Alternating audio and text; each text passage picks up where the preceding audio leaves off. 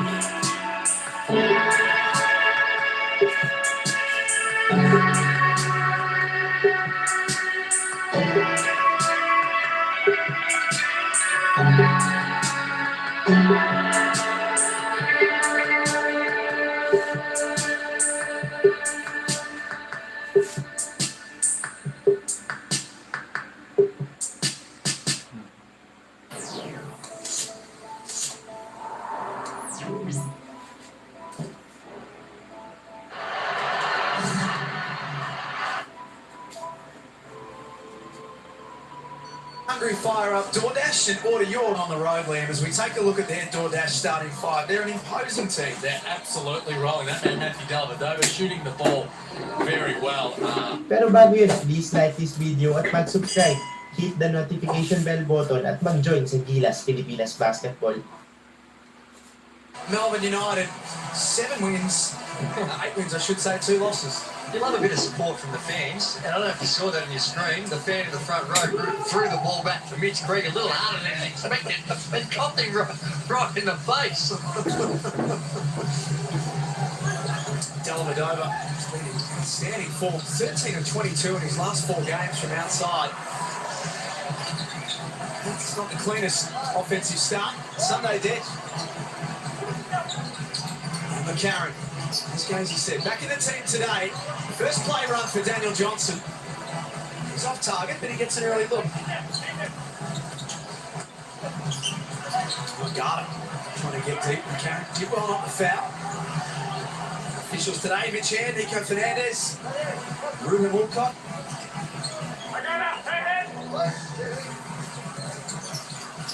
A lot of fun matchups on the floor. Bairstow and White. It's going to be a real feature of this afternoon's game, and that's out of bounds. And it's the turnovers that will cost you against Melbourne United. See, the first couple of possessions by the Adelaide 36ers seem pretty determined to get it through some hands, go side to side, which I like. Just get everyone in touch and get everyone involved, but the turnovers will hurt. Dellavedova got past McCarron and lays it up for the opening bucket. And I don't think there's a team in the competition that tests you more in the first 6 seconds of their offensive sets than Melbourne United. They push the ball and really attack the rim early. Shot clock at single figures. Adelaide a long way from the cup. McCarron against his former team, forced him to a tough look. There's Cam Bairstow, who's been an absolute revelation, coming off 18 rebounds on Friday night. And that's what he does. Yeah, 18. Well, leads the league in offensive rebounding. Just his body work, his ability to get position. He's got a nose for the ball. Nice take by Golding, getting himself on the free throw line early. Drew, go back to Matthew Dellavedova. His shooting stats now are up to 36% from outside, 15 to 41 from the season. At one point, that was in the teens. Yes. How much is the scout going to have to change for Daly compared to what it looked like a month ago? I think you're still going to be going underneath those on balls. I think you're going to make him prove it to you from the three-point line at this point in time. Now, he has got hold of a couple of teams. Illawarra Hawks, hello, how are you feeling? But I think Not so good. No, but I think when you look at the numbers overall, you're going to do that. He's got to do a little bit more, but it's not like when he's on the weak side that you can just ignore him. You can't just invite him to shoot, but you're going to test him with trying to get there, stumped at it. But his penetration and dish is as good as anyone in the competition, so that's probably going to be the priority. Go back a month ago, Liam, there were a few teams who were happy to sit off David over. Yes, Doug. Over the top of Malala Chua, just started well. Has all 4 of Adelaide's points. He is it. As teams start to defend Daly a little closer on the perimeter, every one of his teammates wins. Joe Luala-Jules gets a little extra space, Chris Golding, Jack White, and they can tick the scoreboard over. And Joe Luala-Jules having a sensational season. Well, you know what? I reckon last year he lets that fly from the three-point line. He sees that opening and he's just letting it fly. Now he's using it and putting the ball on the floor, patient with it. And yeah, he might commit a few turnovers when he's doing that, but the percentages are well in his favour, the way in which he can get to the rim.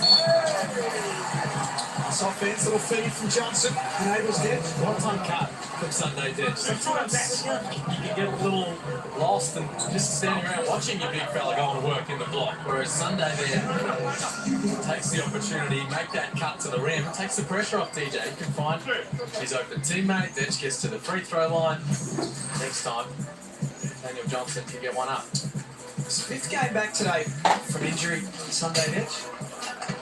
10, 13, 20, and 5 points in the 4 games he's played. So his impact's been profound since his return. Well, the biggest thing that I've noticed this season is his willingness to let it fly from the perimeter. He's shooting the ball with great confidence from the perimeter, and he's become a genuine threat, which this team needs. They need to find a way to improve their work beyond the three-point line, and he's one that's shown that he put the work in, and he's showing some improvement in that area. 11 of 22 for the season so far. Sunday Detch.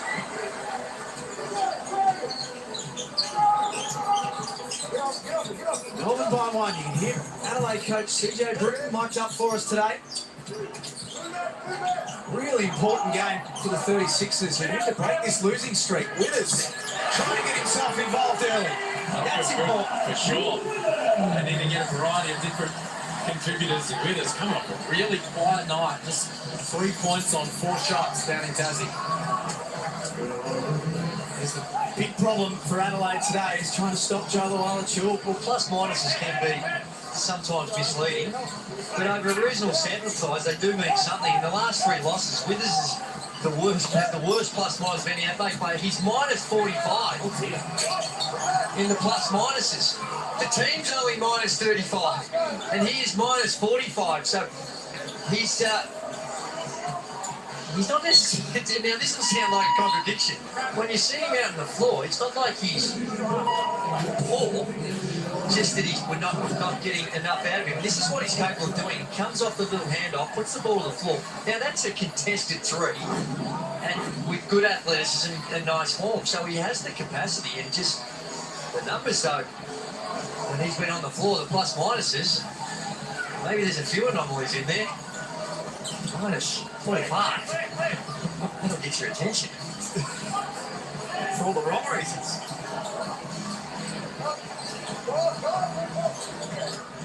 Detch uses Sotto, who's onto the floor. Got the Luala-Chua up in the air, and then hung around long enough to score up the top. Nicely done by the young fella. Uses the threat of the 3 ball to get Joe Luala-Chua wrong-footed, and then just took his time there on the finish. Knocked it in off the glass. 12 points against the Jack Jumpers on Friday. Kai Sotto. Now, let's be fair. That is really nice by Soto. Not blistering quick. But we speak about the great things a while of Chula too. That wasn't one of them. I mean, that's one where he bid on a 3-pointer way more than he should, and that's a pretty straight line drive that Dean Bigman would be happy with. Be happier with that though. Here when he gets to the basket. Yeah, another example, cutting off the post, heads up play, Newly confined from Delhi. They use the threat of Dellavedova as a post target from time to time. It's been effective. Jack White rebounds and then puts the ball on the floor, wants to take it coast to coast. Finish off. Johnson up ahead for Hannahs. Swings for McCarron. Well short. This Sunday Dench on the O-board puts it back in. Right place, right time. You've got to be there to take advantage of it. Sunday Dench getting down and reading that situation well. Nice, easy to put back. Getting on the O-boards is important. They've picked up a couple already. And although they got obliterated on the boards against the O-boards against the Jack Jumpers, gave up 20 offensive rebounds. Now that's way, way too many. Adelaide have been good on the glass. In fact, they haven't lost the rebound count in any game they played this season. What are the numbers out there it's throwing at us in this opening quarter? Oh, the donut. Not good. Yeah, the issue the other night was just the timing. Crunch, not able to finish those plays. And Soto will head to the free throw line. McCarron putting it up to the big fella. In crunch time, forcing misses and just not able to finish those plays on the defensive glass. That's what would have frustrated CJ Bruton, but a good, solid start in this one. So timeout called by Dean Vickerman. 4:42 to play in the opening quarter. Adelaide Entertainment Centre. We're going to jump into the Melbourne United timeout with Coach Dean Vickerman. It's easy just to shoot threes, alright? And it's shitty if we shoot threes without the ball hit the paint first right now, alright? Simple ones again. I thought we had a good wide pin. Right now I want you to follow that one goal. Go to the rim, alright? In transition, we're slow. We get a rebound right now. This is not a quick pitch ahead. It's like, wait. You got to go ahead and make the bust down dribble and kick ahead. We got to be faster in the way that we start our possessions right now. Get feet in the paint. So as you come down, whether it be punches, whether it be drags, or double drags, and you guys attack in the paint, and then great things will happen. Hey, this next one though.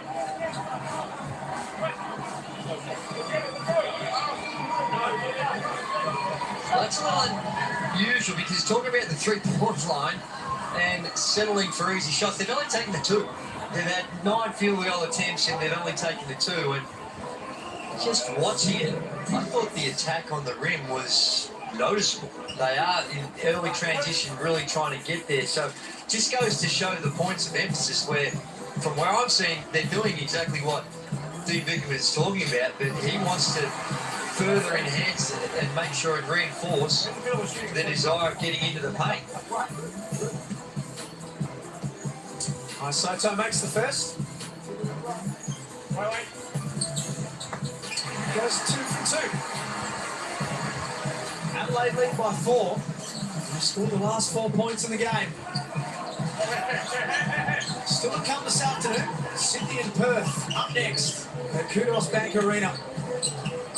Perth are another team that are playing beautiful basketball at the moment. That's a nice finish, Luala Chul. That's the kind of touch Steve Vickerman was talking about in the timeout. The double drags, the 2 ball screens there in the semi-transition, and then they just let the play unfold. Find Luala Chul down low. Soto back out for McCarron. Quickly back into Johnson, who may have travelled, in fact did travel. Just a shuffle of the feet, I think it was. And Seymour's not called, but that looked like a travel.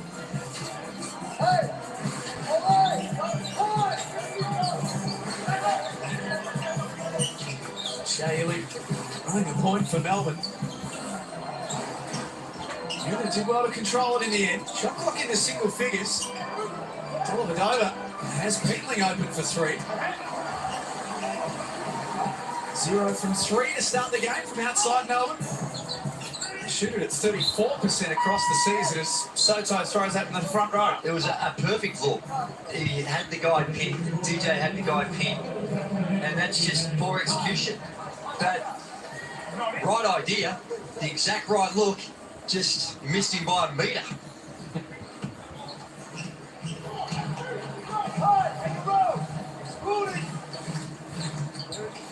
Ariel Hook-Porty checking into the game as well. Two of the brightest young international talents out there right now. And Hook-Porty and Sotto, we spoke to him about some fun matchups. Hook-Porty and Sotto is going to be a lot of fun to watch. For sure. Both with big aspirations. Big lefty prospects. And who have been coming along quite well over the course of the season. Sotto certainly in these last 4 games. You've got to like Hook-Porty's development we've seen so far as well. Both 19 years of age. Hannah's trying to get downhill. Hook-Porty came over the top and monstered him. Just swallowed that up. Newley throws it away. Dean Vickerman, you can hear in the background. Well, they had that timeout and they were talking about what they wanted to do and not settle for threes. Here's Hook-Porty just coming in and taking care of business on the defensive end. But ahead of that timeout, they came out and had 2 quick 2 threes and the penetrate there with the turnover. So as a coach, you just sometimes question whether these blokes are actually listening. They did exactly what they weren't when they were instructed to perhaps do something different. Mitch McCarron sits down. Harvey King checking in for his first minutes, as is Tad Dufelmeyer. CJ Bruton goes to the bench late in the opening quarter. Golding. Good to make a field goal for Peatling late in the clock. That's good. It's helpful. Melbourne United didn't have much happening on that possession. Well defended for the most part. Peatling bails them out. 46% from outside this season, Mason Peatling. 8 of 17. Aggressive to the basket. Garda wasn't there in time and called for a block. Half a step, I reckon. Or even a quarter of a step late on this one. Had the right idea, tries to get over there, so doesn't quite get there, and gets called for the blocking foul.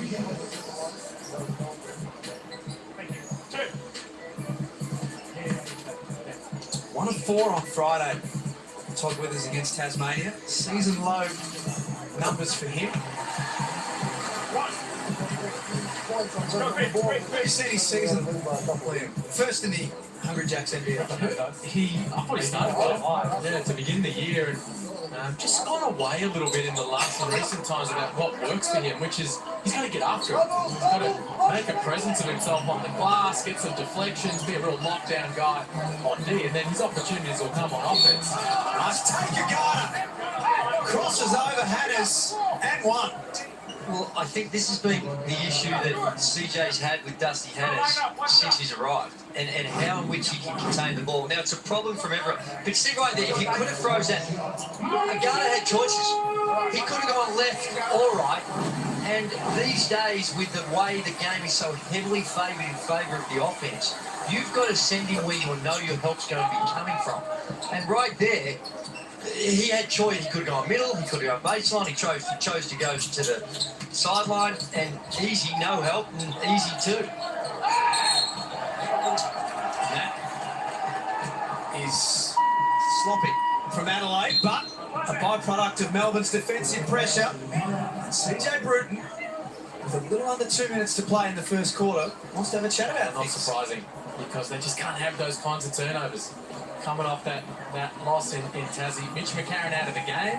Other guys now responsible for handling it, and just got to advance the ball. If you're down here, flats. But these 2 guys right here, it's start here, not here, where they can trap you and you got nowhere to go.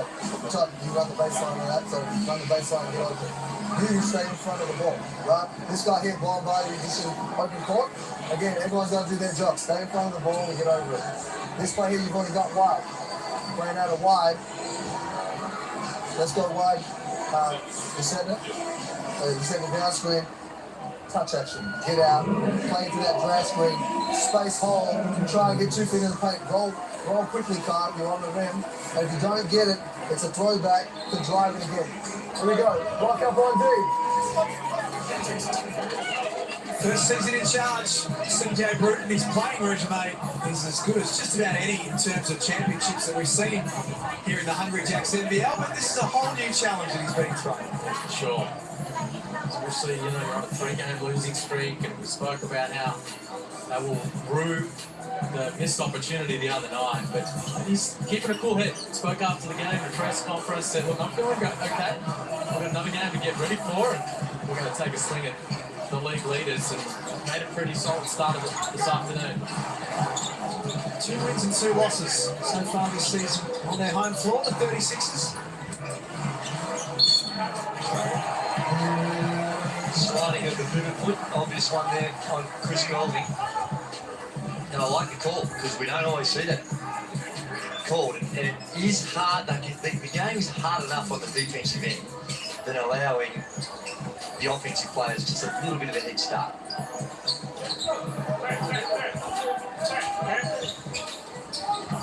Melbourne lead it by 3. 2 from wide. Absolutely no space to work with at all. Guarded by Ely, one of the competition's best defenders.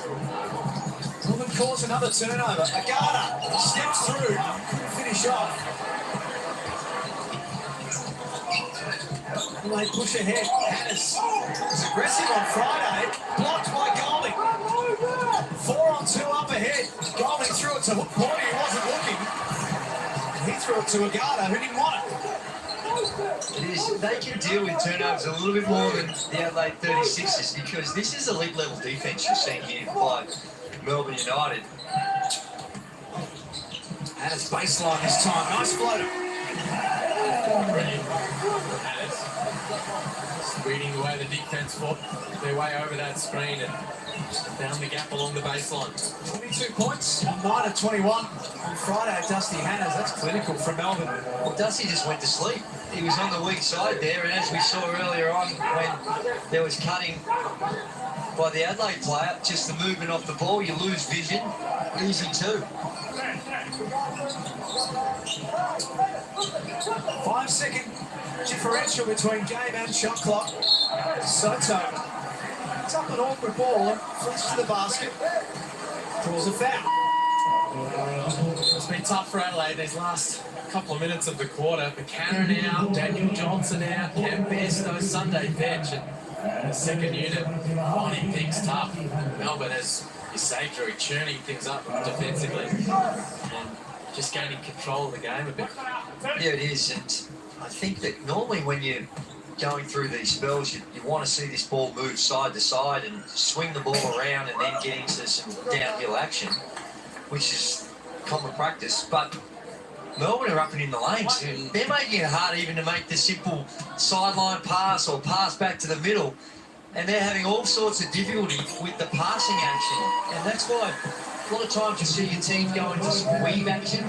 So if you can't pass it, well then weave it in order just to get some movement before you put the attack on it, getting those scoring opportunities.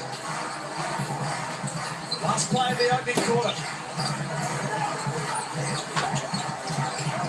Ely is going to have to be the man himself. That's going to be short. It's a 2-point lead for United at quarter time at the Adelaide Entertainment Centre. Trail by 2, but there's a lot to like from that first term. They knocked down their free throws, 4 of 8 from the strike, and just maybe looked up for a little bit better. 5 turnovers in that opening quarter. They have their noses in front, so plenty to build from for CJ Bruton and that squad. Edge from outside. It's long. Pushes up ahead for Melbourne. Past McCarron. Being a little careless with the basketball in the opening quarter, Melbourne. Characteristic for them. But 5 turnovers so far. They average 13 a game. Melbourne. Yeah, and that's good. 13 a game is about par. You don't want to see too many more than that, but that's tolerable. And they only played those 4 minutes in that first quarter. Only picked up with 1 foul, so hopefully he doesn't have any issues because they need more of that. He's tough. Off those elbows, his ability to face up, put it on the floor, and just He's got good patience when he goes to work down there. He's got some work to do defensively. Banging in against the German next star, Hook Porty. That's a travel. So we check in with John Casey, courtside. Thanks, Jack. Yeah, Mojave King was subbed out late in that opening quarter and went straight to the change room for some treatment on an ankle. He actually tweaked it during the shoot-around, the warm-up pre-game, and they said they'd send him out there and see if he could go on it. He didn't look 100% to me. I've spoken with the medical staff. They will put him back available to the coach if he's required, but he's certainly not 100%. We may not see him again. It's a blow. Depth. Are we allowed to say it? Vintage DJ off one leg. Yeah, that's what he does. He can create something out of nothing. Use his size well. Little Dirk Nowitzki type step back. Barlow long. 5 straight games without scoring, Dave Barlow. Winners at the other end. Knocks it down. It's 2 for 2. From top winners from long range in this first half. Some good energy for the 36ers who have scored the last 8 points.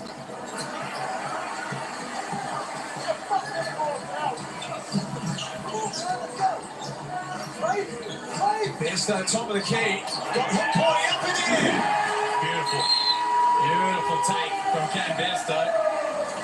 Again, the Melbourne Bigs biting on those shot fakes from long range, and Bairstow taking advantage at the rim. Just a little eyebrow raise, little ball fake, and then an easy finish at the cup. Timeout, Melbourne. You can hear the frustration in the voice of Melbourne coach Dean Vickerman. Adelaide is dictating terms at the moment.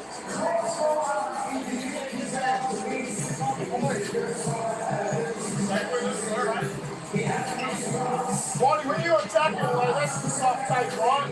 Go ahead and get fouled. That's the rim. He's throwing up a little lob right now. You got to get some free throws and attack the rim on those kind of positions. All right, quick decision on that pitch out. We're doing nothing disruptive defensively right now. You got to go to a whole other level to make the ball stop moving. Stop getting lifted. No one gets lifted for the rest of the day. You're there. You're ready to close out. You stay down. Heavy contest on the 3, and you're not getting lifted and given an advantage. Go to the next one. Let's go. We need to turn it up a little bit, so let's go. All right. Give me spin space. Give me spin space in the ball right now. Here we go. Somewhat measured by Dean Vickerman, frustrated what's going on in the defensive end, and he's talking about getting lifted. It's what Liam Ryan spoke about when they're biting on those little head fakes, and it's been the bigs. You see Porty gets won by that last time, and before that it was JLA that just coming out and not staying on their feet. Dean Vickerman would rather a contested 3 than having the attack on the rim. Over. Hit the full court press. It's his own rebound. It's a mismatch here, guarded by Soto, but he might like the look off. Soto is good enough to stay in front and stay with it. White travels. It's Adelaide who are dialing up the defensive pressure. Really well defended by the big fella. Tried to force Daly one way. In fact, he got the other way. You can see he lines him up, says, you know what, I'm forcing him to the help. Here, he's changed his footwork. I'm going to force him to the middle. Got the baseline. Moved his feet though, got his hands on it. And again, just enough to force the turnover. Now on Dellavedova right there. And Drew, interesting. You spoke about Bairstow's limited minutes in that first quarter. When he made that move there on Hook Porty, he got right to the rim before the timeout, straight back out of the game. Yeah, just that maybe Case can look into it. Maybe there's some other issues we're not aware of, but given what he's providing, and he's already got the 5 rebounds as well, 5 of their 13. Just trying to pace him through it, or sure. Johnson backs in on Barlow. Shoot that fade away, that's short. Soto kept it alive, but to the advantage of Melbourne, who have got the extra number up ahead. Barlow threw it upstairs for White. I'll tell you, take advantage of that extra number. Good find from Barlow. Above the rim. Breaks a run of 10 straight points for Adelaide, I should say. 36ers play through Johnson. Oh, jumps out. Offensive rebound, Withers. Went past to Soto. Does a lap of the rim and falls out. Well, they've liked what they've seen in DJ on the box, and he got that little step back and he made one. They've gone to him the last 2 times, and they've really been poor shot selection. White posting up on Detch. Nice turn. Like, just trying to stretch the... He's a real manager, not a stake there. I say he was awake, wasn't he? in that hole, Where's Case? Go give him a little nudge, Case. trying to stretch out the glutes. There's some cause of concern for Adelaide fans in his injury history. Well, that's right, and that's probably the reason why he was on the free agency market for so long, is that just that hesitancy about whether or not he can hold up. No questioning his ability. We've seen it this season when he's playing. We're talking about an Olympian who spent a couple of years in the NBA. He's got capabilities to compete with the very best, but can he stay healthy? He was 14 games last year with the Illawarra Hawks due to injury. And this, of course, alongside Isaac Humphries, who's got similar issues. He's not playing this afternoon, so it's a big couple of outs. I think Bigman would not be happy with that. He wants attack on the rim. Well, that's right. I'll jack that his last take was soft. I want to hear the S word from the coach at any point in time. And there, nailed the 36ers out with the turnover. It's turnover number 8 for Melbourne in this opening half. There's McCarron. Fires away. He's no good. Rebound Luala Chul. That's his fourth as we check in with John Casey. Thanks, Jack. I've just had a brief conversation with Cam Bairstow, and he is struggling at the moment. He said it's just been a big couple of days, obviously backing up after playing Tasmania on Friday night to travel as well. I mean, outside of Dave Barlow, there may not be a player who does more stretching and working on his body than Cam Bairstow. He didn't want to give a lot away, said he's keen to get back out there, though, in this game, and it's just maintenance rather than an injury issue at the moment. It's good news for Adelaide. Pittman's fouled.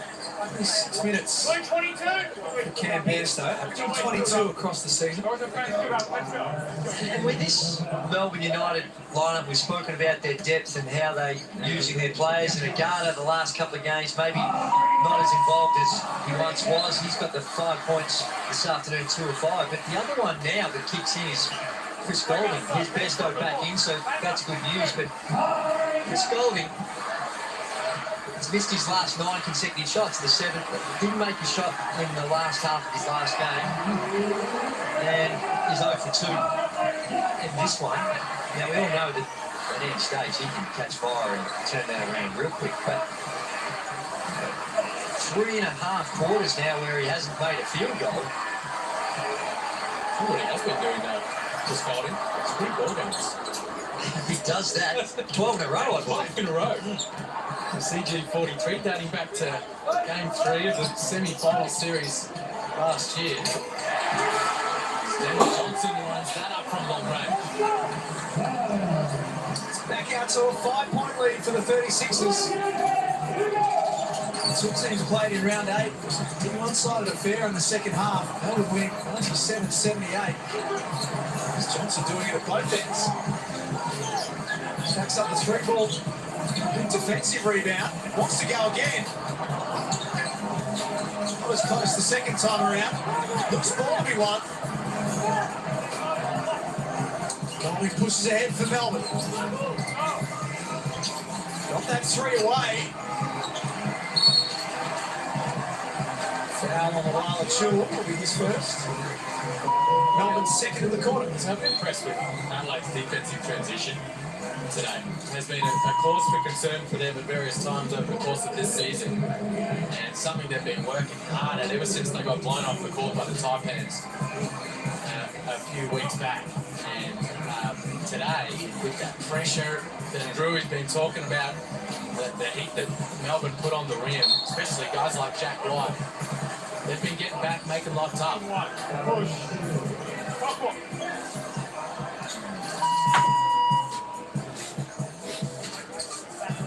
He's Mitch McCarron against his former team.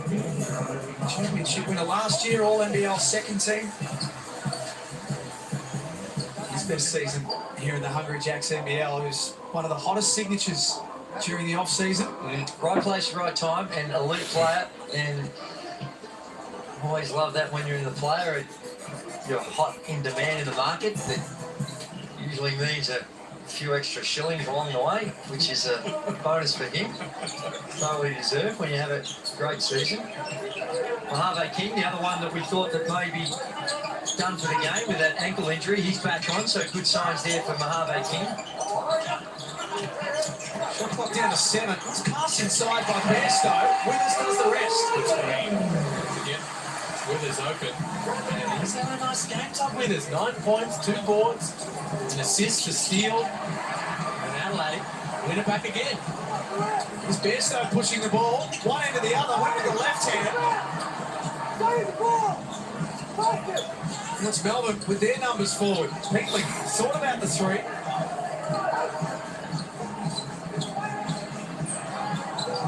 Go down low to the Lila Chul. Has the mismatch. Put the ball on the floor, and that gave Adelaide time to knock it out of bounds. Yeah, that's the type of activity I'm talking about with Todd Withers.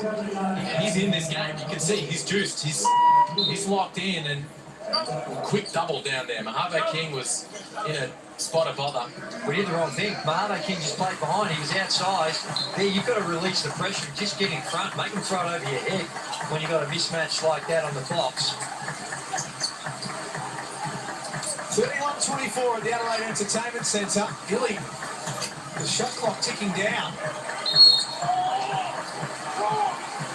It's just not clicking for Melbourne. It's not. It's messy, clunky, and give some credit to that to the Adelaide 36ers. They've been good. If you can guard Melbourne United in that first 8 seconds, then you're a long way to helping your cause. And like Liam was talking about, their defensive transition has been solid.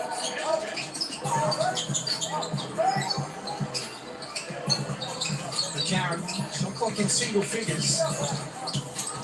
Kicks it back out for Sunday Detch. Rebound hook boarding for Melbourne United. Trail the rebound count. As he mentioned with his bevy of stats before the game. They have led the rebound count in every game this season. Jack White helps himself to 6 points.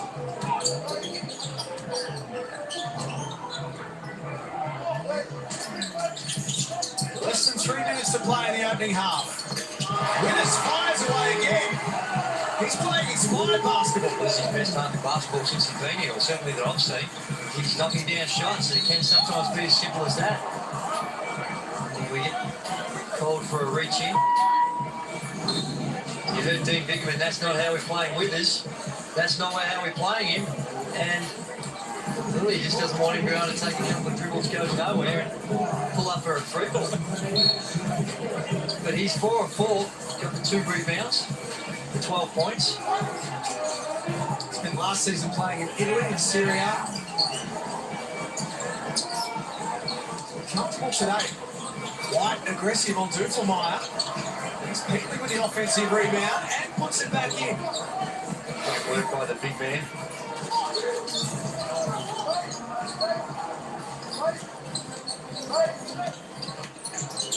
For all of the struggles, I guess you could call it, in the opening half for Melbourne, they still only trail by 6 points. It's a grind, and they're doing it without shooting the ball all that well. That's been their biggest problem, Melbourne United. The turnovers have hurt them. 9 turnovers. That's way too many in a half. And they're only shooting it at 38%. 1 of 10 from the 3-point line.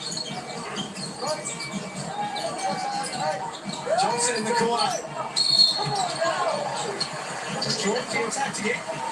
Just get the feeling in this quarter that Johnson's starting to take matters in his own hands. They've run some good looks, they've run some cuts into the low box. He's forced up a couple, made a tough one, hit the 3, but even then, just aggressively putting it to the deck, trying to get himself going and more engaged on the offensive end, which they need to do. They need to find a way to get him going, but it's about what type of shots you're going to try and create for him. Just throwing him the ball on the box and saying, go to work, DJ. When you're in the groove, that's okay. But when you're just still struggling a little bit, how can you get him some cheapies? Flex cut, whatever it may be. I like the fact there, at least put it on the deck. Draw some contact, got himself to the free throw line. He knows that this team needs him to put points on the board. Took 3 losses in a row. Well, he's had single-digit scoring games in each of them. But they need him ticking that thing over. Rufawai brings the ball up the floor. Puts his head down and gets to the basket. Nice drive, tag to Rufawai. It is, and that semi-transition, the floor was spread. It was a good decision in the end because there wasn't a lot of help. And he was able just to create something. There you see it. Jack White coming in late. Goes around, makes it. Playing the basket, good finish. First season as an Adelaide 36er. The previous 2 playing in Cairns. I didn't know about the NBL run. Last season it was elite at that level. Like a nightmare to guard when he's got the license to put it to the deck. His first points of the afternoon. Again, Melbourne leaving it late in the clock. Hook body, stripped. Great hands, McCarry. Hook body plays through and is fouled over the back. Just fought their way through that. Melbourne United, well defended for the most part by the 36ers. But eventually they got the switch. McCarron on hook boarding down low. And as you say, kept him on his back. Good hands from McCarron initially. Hook stuck with the play. Sydney and Perth to come this afternoon. 3 o'clock Australian Eastern Daylight Savings Time. Just a little bit of talk around about a potential absentee in that game. Just trying to find out a little bit more information. Yep.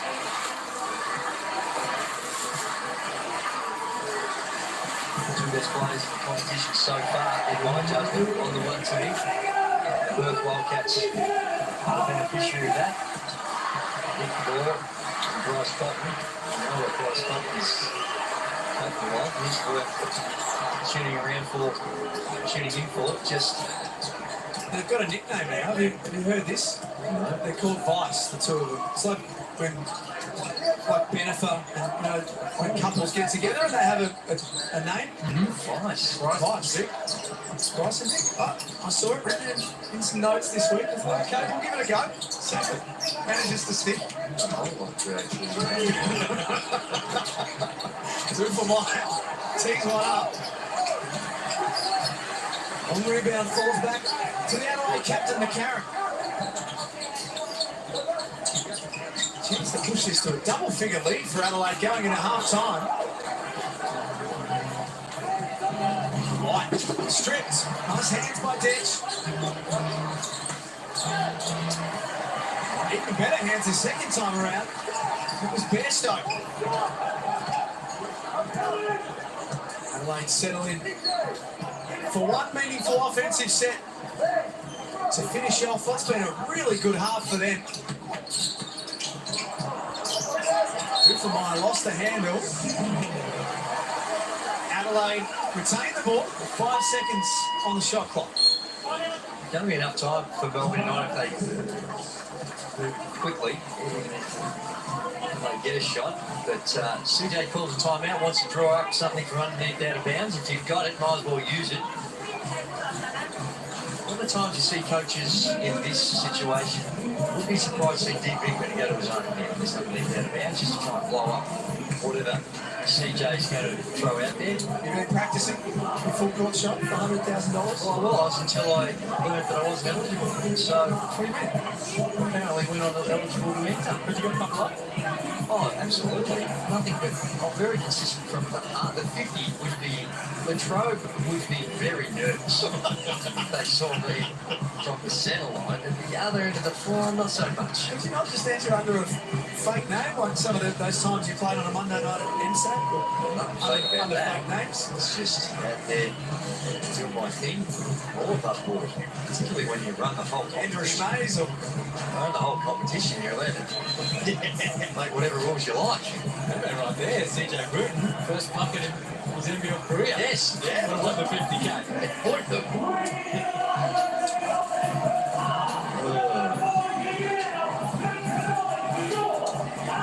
And any time, I don't care who you're playing in this competition, you hold a team to under 30 in a half of basketball, you have done an outstanding job on the defensive end. And yes, Melbourne United look at their offense and say it's not quite functioning as it should, but still, great effort by the Adelaide 36ers.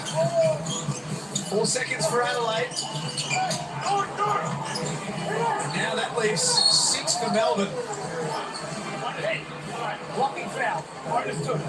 Karen fouls White. Sends him to the free throw line. Looks like he's trying to get out of the way. He's back to the ball carrier. I think we missed one for you. Yeah, I think we missed that one. It looked like he got, yeah, it looked like his elbows were out. I think we missed that one. Spot before that Chris Golding's winning streak. Jack White. Melbourne have won 17 of the 18 games that Jack White has played for them. 11 in a row. Those poor kids are starving. They need a Melbourne player to miss 2 free throws. I'm going to go home very hungry otherwise. But they will be very happy with the way that their teams played at the half. They lead 38-30, and they're taking it to the ladder leads. It is. It's been a great effort by the Adelaide 36ers coming off a gut-wrenching loss on the road, and they've bounced back, being able to hold Melbourne United to only 36% and keep one of the premier players in the competition, Chris Golding, to only 1 point, 0 of 3, and the fact that he's only had 3 field goal attempts is something that they would be rejoicing in. So it's a great half of basketball for the Adelaide 36ers. Here's John Casey. Thanks, Jack. I've got Todd Withers with me here at the moment. Todd, that may be the best defense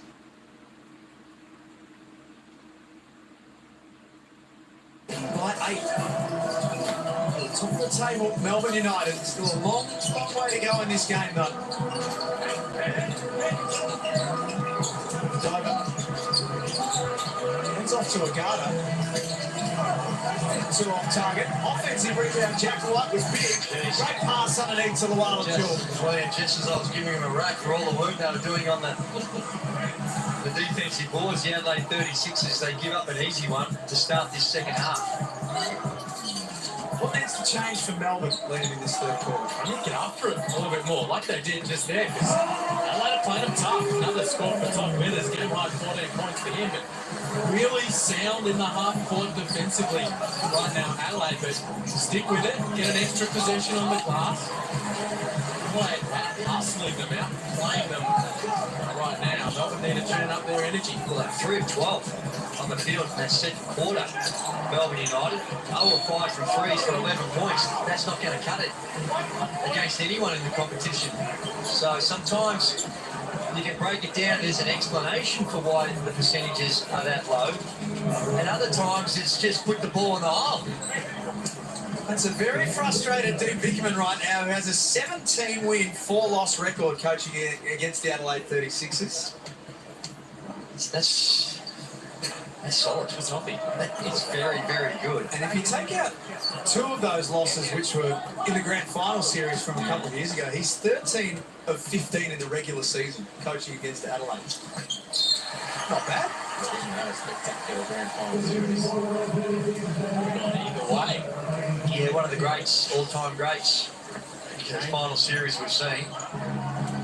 Changed on it. Nathan Sobey, half-time ejection. Maybe. I'll tell you what. White. Good strong take from Jack White. Daniel Johnson, he's got to do better. Sit down, slide your feet. Stay in front of your man. Like I was talking about earlier, if you're going to get beat, know where you're going to get beat. So I'm going to overplay, take something away and do my best to slide my feet and keep going one way. But when you've got choices and they can spin back on you, that becomes hard. White aggressive again to the rack. Finish off that time. This is already an early substitution here for Cambesto. Here's Jack White, quick little left to right cross. And he's all over the rim. That is just Olay. Matador style defense. There from the big fella.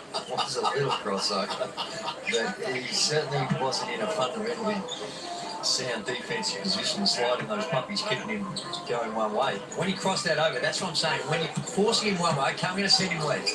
When he crosses over, he's got to run into you. You can't just let him go by.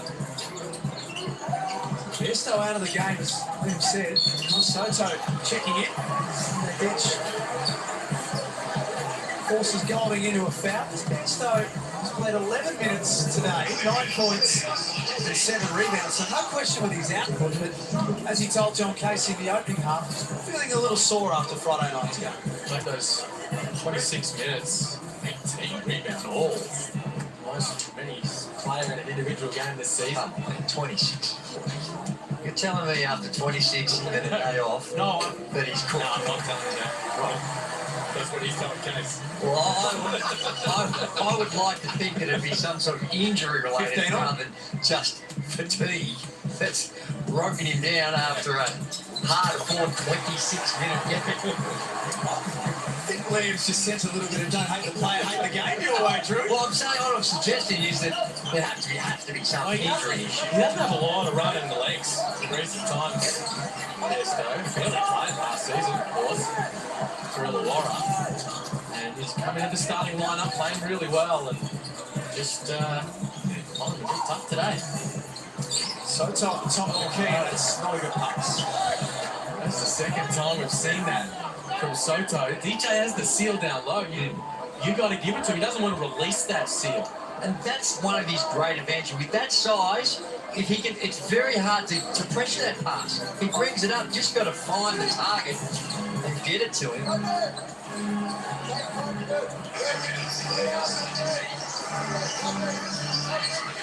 3:34. Going to the basket. Sotto's length was a problem for him, but Malala Chul's length has been a problem for everyone this season. You like the numbers. It's a 4-on-1. The one come up with it. Wanted it a little bit more. There's that length once more. Blocks the shot. Withers is fouled while shooting the three ball. He goes to the free throw line to shoot three. And you talk about wanting it more.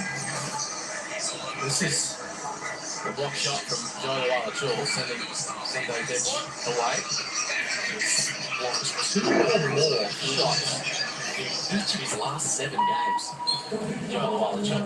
That's an impact. That's his first one today. But I think that would have been the key message from Dean Bickerman at half time.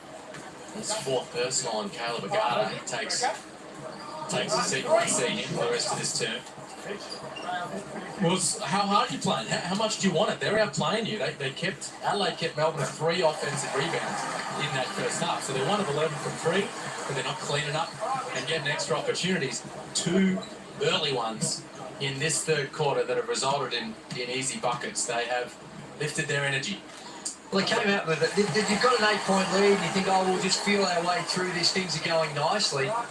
Melbourne United crank it up a little bit on the defensive end. But this Adelaide team, when you're, 3 and 6, and you've just come off a tough road loss, you've got to be playing for your life. Every possession.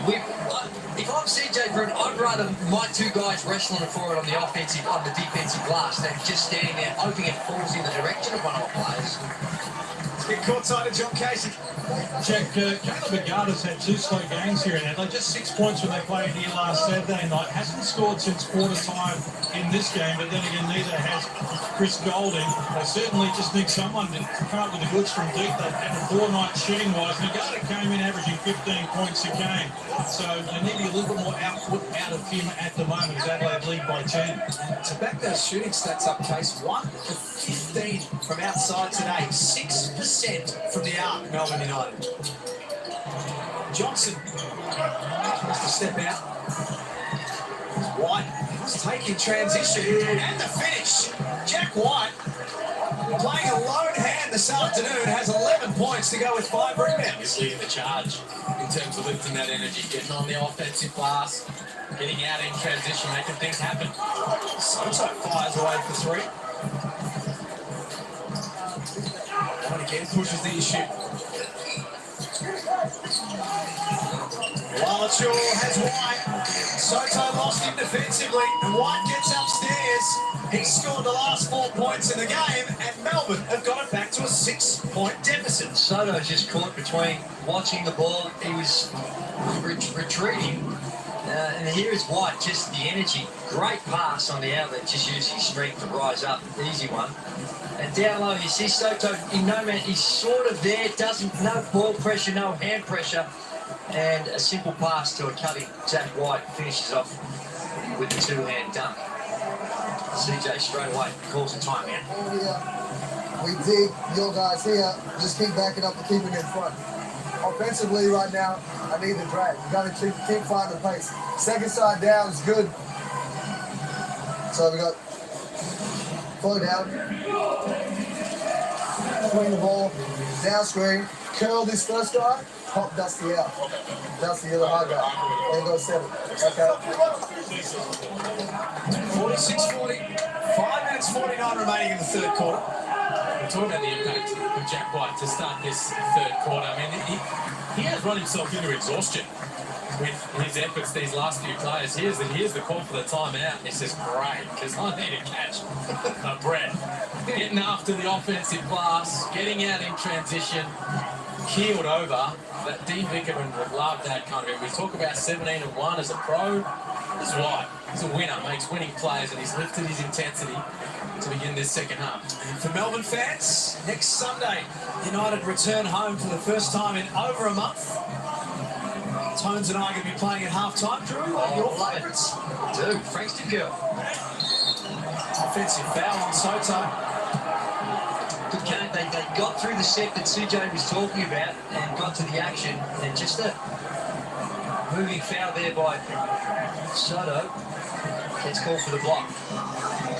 What I think too is Chris Golding's 0-4. He's gone 4 consecutive quarters without a field goal. And Leonard Copeland spoke about this the last time we played. We've seen Jack White continue to dominate on the offensive end. But there are times, as great as Chris Golding is, that do they run enough sets for him? When he's going through a spell like this, do they actually get to enough action and have a set play for him rather than just relying on transition? And it's very poor entry pass by Golding that time. Thomas is adamant that he was the last man to touch this. Begging CJ Brute to take it to the replay centre.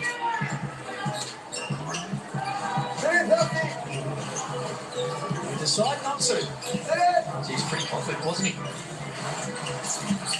Golding got in the paint, that's right, short. 0 from 5 today. McCarron for Soto! Yes, sir.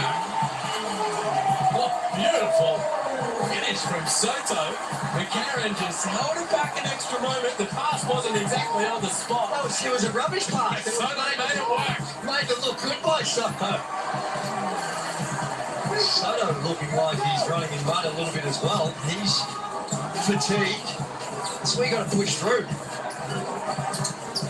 Besta into the paint, over the top of White. He's got his wind about it. Gambesto checking back in. Roll the ball into the big fella, and he continues to tick it over. He's in the double digits now with 11. 36 is lead by 8. Dellavedova forces Withers into a foul. There's a pass. It was well short and low. And Soto, just with the creativity extra point value, hoping that it was going to be the regulation dunk, but made a poor pass look pretty good and has a spell. Good run by the big man. Soto is proving to be, we're not sure what we're going to get out of Soto, but he's played for 13 minutes and 7 points. Only got the 2 boards, and even in that game against the Jack Jumpers only had the 2, so that's an area where he can improve, but you can see his touch, his finesse, tidy up some of those passes, get a little stronger. And the man of his size is going to be in demand. The pride of the Philippines, the 19-year-old.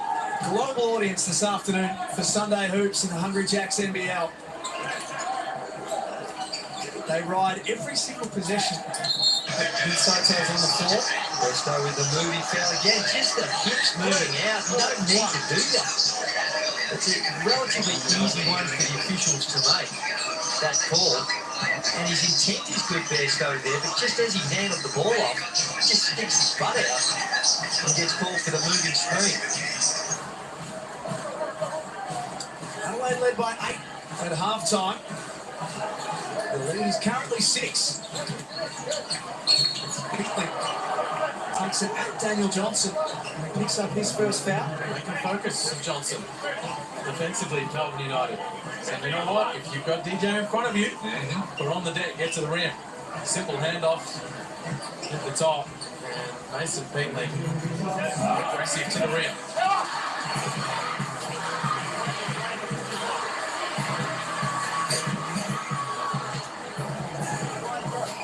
Mason Peatley very good when the team's played in round 8.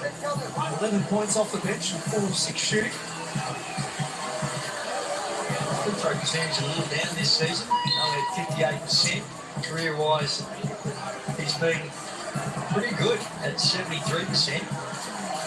Knocks down a couple there. Withers comes out of the game, 17 points and 5 rebounds. One of his best performances was an Adelaide 36er, and that is sloppy. What's the definition of insanity? Doing the same thing over and over again? That one was a little different. I think that he wasn't helped that time with McCarron taking off before the screen was set. Here he is, he's put the ball on the floor, and he's on the drive before Besto is in a stationary position. So McCarron is half to blame on that one.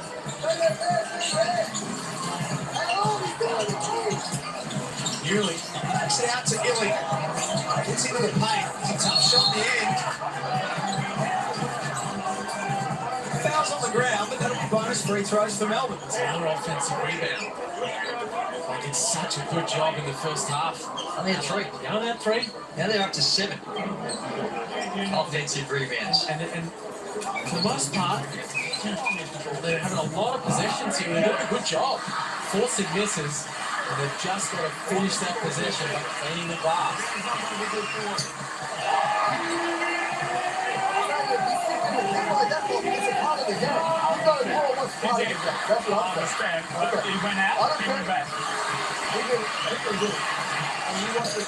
Hitley makes the second. Those poor kids, they're going to eat the chair.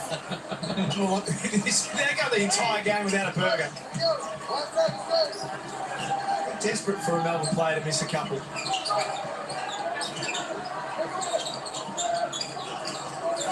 3-point game. Melbourne are doing it slowly, but have edged their way back in. Besto for 3. Rebound Dellavedova. He's got his head down and wants to get busy on Dusty Hannahs.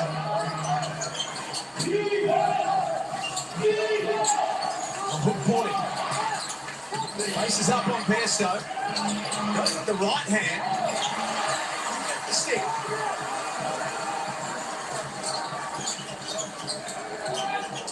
Besto identifies that Johnson had the seal. Nice pass. Better offense. That's the action, the high-low action, big to big that Adelaide have been trying to execute. Sotto a couple of times out of bounds. Besto there puts it right in Johnson's hands. He's doing a good job sealing up down there, the big fella.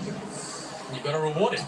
And almost a bit old school, that play. It used to be every single team and try and have a rim runner every possession where you run the rim and tuck in. That you don't see it as much these days with more 5 out, straight into on balls and getting into early action. But that time, DJ does a good job. Just sprints down. He's got a good defender on him in Peatley, but just seals underneath the basket. And the high-low action, very effective on that occasion when the pass is on the money.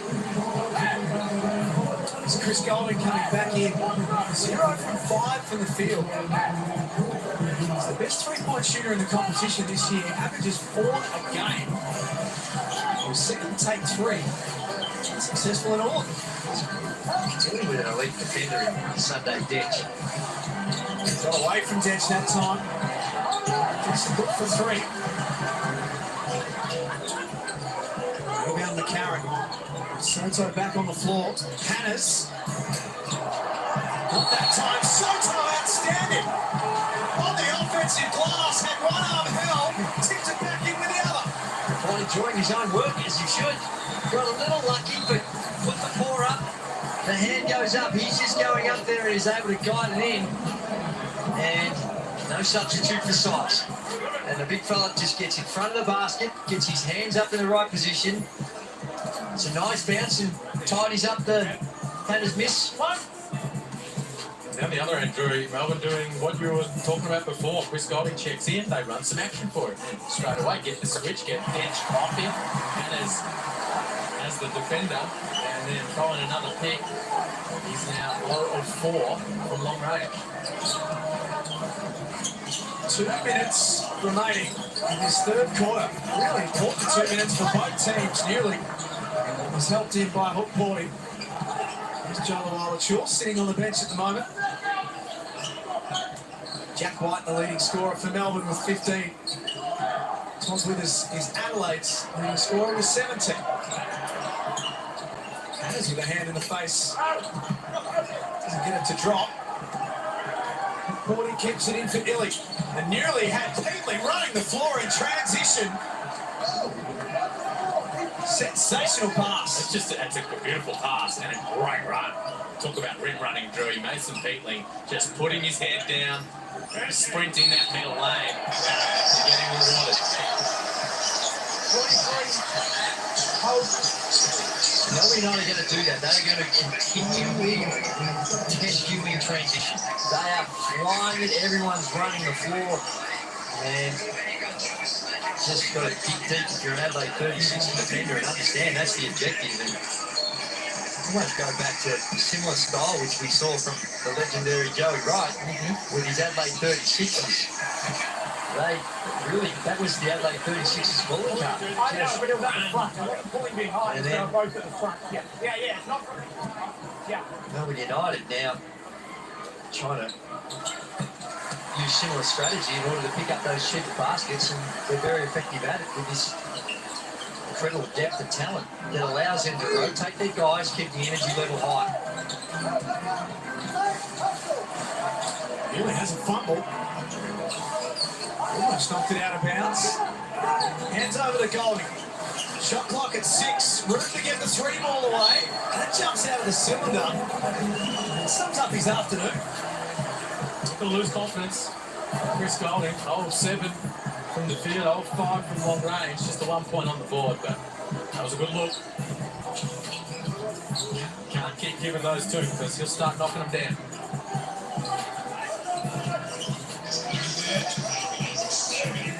Sixers going to take a lead in the 3-quarter time. Oh, looked like a hook by DJ. That's a straight hook around the head. I thought so. First play. Yeah. Straight hook.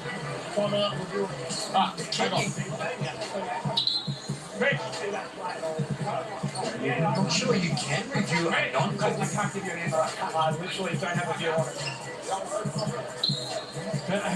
But how can, this is the problem that Dean Vickerman's going to have, is So that you have a timeout, guys. All right. Deutsch is asking about previewing the foul. Yeah. It's the hook before the foul. that was before the foul. You've got to block it. Yeah. You can only review the foul. Now that's the hook that I was talking about. But then he got called for the push. Deutsch is asking for 2 sets of plays. He's asking for a hook before. No, he can only shout. If it's a block, that's what he's asking for. So blocking foul we have. It's a block. No problem. All right, cool. You have that replay sound? Well, it's going to win. Unfortunately, they missed the hook. Yeah, it's They missed the DJ. hook in the moment. Dean, and that's gone. yeah, so Dean can't win this one now, he's correct, because it was a foul. And this is the difficulty with the review system. You can't challenge a non-call. You can only challenge the call. So the call was for the block. So they've missed that, but then they've got that. So then they've got now the push and the block. So this is going to be in the that category that. So for those watching at home, maybe not too familiar with the review system, each coach has 1 per game. But you can only challenge what has been called, as Daisy said, not what hasn't been called. A foul can't come later after a review. So that first that hook with the left arm of Daniel Johnson's is irrelevant. Which should have been called. Should have been called, but it wasn't foul on DJ when unwhistled. And then you see Mason leading in with the left arm and shoulder. That was the blocking foul. That's now what Dean Bickerman is essentially challenging, and he complete that challenge. Now, my argument would be is that because it's all in the same place, it's a bang-bang type thing. If you're going to expand that review system, then I think you should include those plays. Now, if you've been fouled, you take a dribble, and then something else happens, and then you go, well, okay, I understand you've got to draw the line somewhere. But in a bang-bang play like that I think that they can't, but... Okay, so the coach's challenge is successful. Well, the ball is overturned. Wow. The foul will be on blue 21, offensive foul. White ball at the baseline. Well, maybe I don't know the rules. Well, that's a surprise. Maybe I don't know the rules. I have to get clarification of that White ball down here. after the fact. That's Yeah, no problem. Not my understanding of the not rules. either. Dean Bickerman. Now, morally, it's the right thing, in my view. But according to the rules, that's what... Happy days, but we'll need an explanation.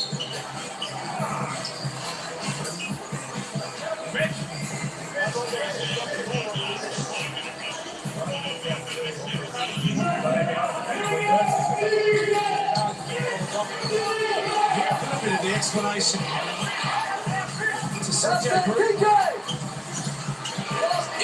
Into the corner for Newley.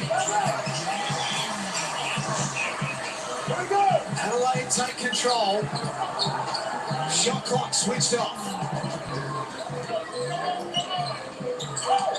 Soto found Hannah's cutting. He was clubbed by Brad Newley.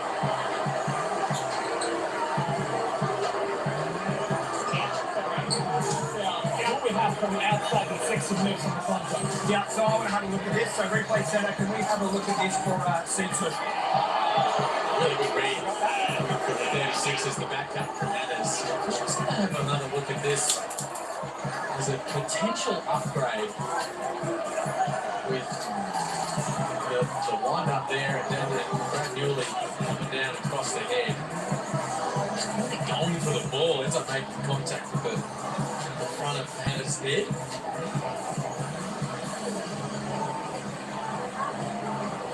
What will the replay center be looking at here, Liam? More sufficient force than the original call? Excessive force. Yep. Yeah, but geez, I don't know. I'm still trying to recover from the previous one. Stay focused on this one. Well, I think he's clearly hitting in the head, but I don't know if there's enough force to warrant an upgrade. Is there? Well, it's certainly not intentional. He's going for the ball. But I'm a little bit shot here. So the call has been deemed to be unsportsmanlike.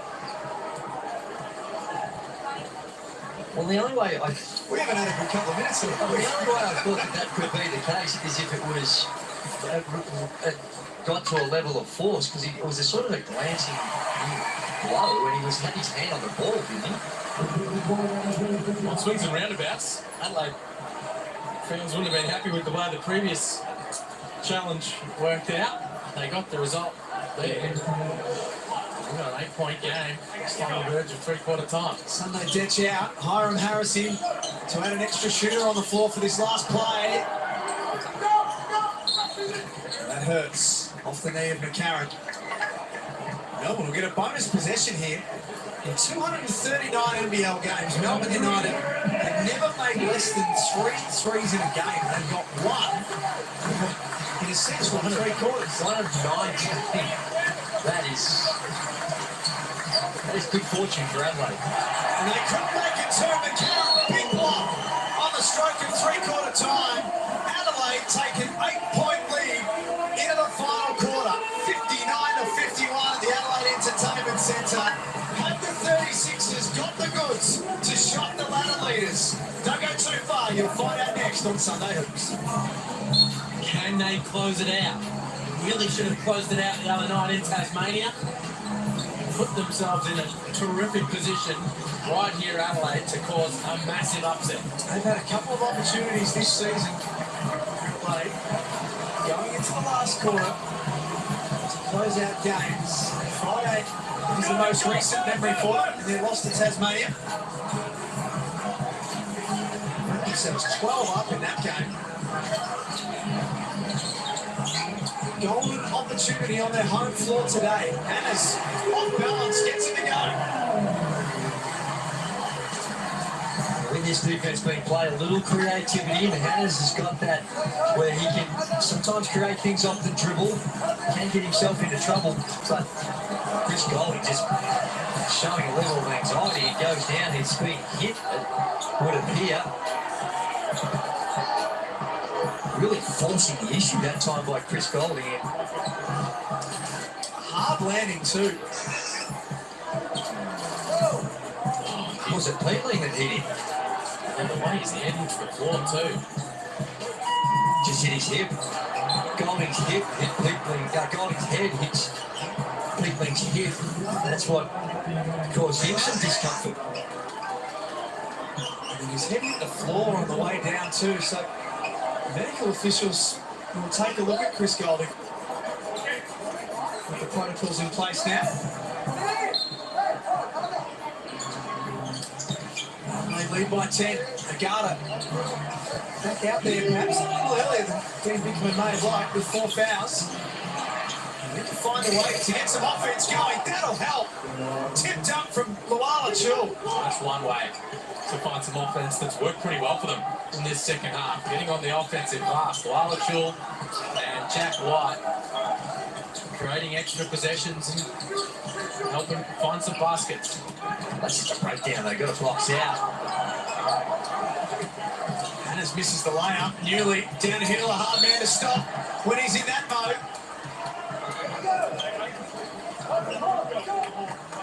South Australian back at home today.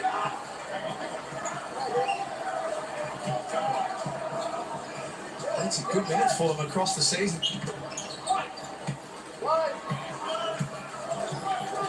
Warner scored back-to-back buckets. It's a more manageable 6-point deficit for them.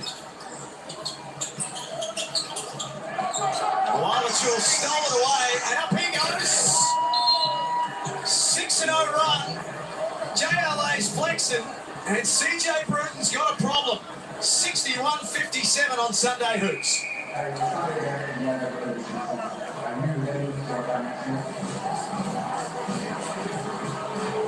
How quickly it can turn. It is, and just really sloppy play. We'll take a look at the dunk. Luala-Chul in the lanes, does the right thing up and in. And just a little stagnant and hesitant on the offensive end. And Melbourne United, like champion teams do, when the game's on the line, they crank it up on the defensive end. They've started this fourth quarter in full denial, ball pressure mode.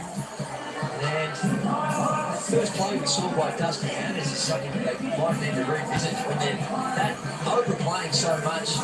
Get a little back cut, a little ISO ball because there's not a lot of help. Those are the sort of things CJ Bruton will be looking at to find a way to keep this scoreboard ticking over.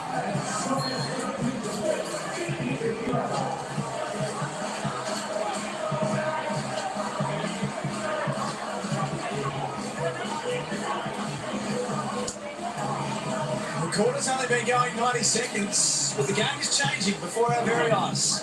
Sure is. Luala-Chul just getting into the passing lane, sloppy pay, and then down the camera. Oh yeah, that's exactly where the lens is. That's everyone at home know all about it. Adelaide gotta keep scoring. Melbourne, when they get into this mode defensively, make life really tough. Nobody's scored over 18 in the fourth quarter against Melbourne in this 8-game winning streak. 36ers, 20 plus in each of the last couple of quarters. Gotta keep finding ways to put the ball in the bucket. And they've looked a little bit nervous trying to protect this lead. And another potential turnover or sloppy play. And as Melbourne United are cranking it up, CJ's got to figure out, well, what's the counter to that? A little backdoor cut, pick up a chippy like that, or spread the floor because they're in that denial mode and get some ISO ball, get to the rim, try and draw the foul, get to the free throw line, like that. Withers couldn't finish. Bairstow does. 11 points and 9 rebounds. In fact, make that 13 and 10. Double-double territory for Cam Bairstow. Now he's trying to stop the Chul in the low block. Hickling on the offensive glass. Loose ball. It will be Melbourne's. Yeah, for Withers. He's coming across at the right moment to force that miss from Adelaide. Hands on deck, will scramble to clear that board. Melbourne get it back. So, Drew, with the Adelaide 36ers, their execution was an issue down the stretch on Friday, and it has been. Who's the man in the fourth quarter? Who do they play for? Well, Bairstow's been a good target. We saw him get a nice put back there. Also, Withers is having one of his best games for the Adelaide 36ers. They're going to be your targets. And it's usually Daniel Johnson. It's usually him. And in these moments, he has this uncanny knack, despite having not necessarily one of his better games, when the game's on the line, he welcomes that pressure. So they do have some options to go to. It's Chris Golding as we check in with John Casey. Thanks, Jack. Yeah, Chris was taken away from the huddle during that last time out and was assessed by the Adelaide 36ers doctor.